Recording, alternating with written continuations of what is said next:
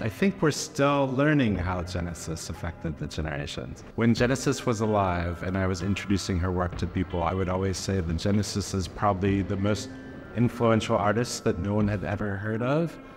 Despite her being a very subculture heavy figure, the things that she did have affected the world.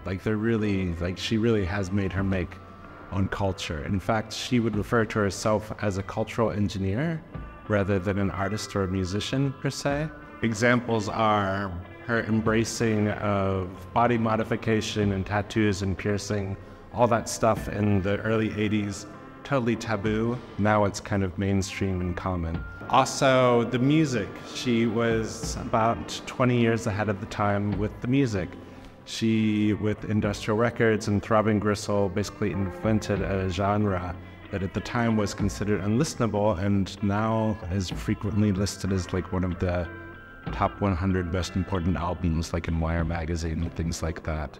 And then if we go further on down to the whole Pandrogyne project, I think that at the time when Genesis and Lady J were really kind of beginning to explore this plastic surgery as a way to kind of confirm one's identity, that this was pretty extreme.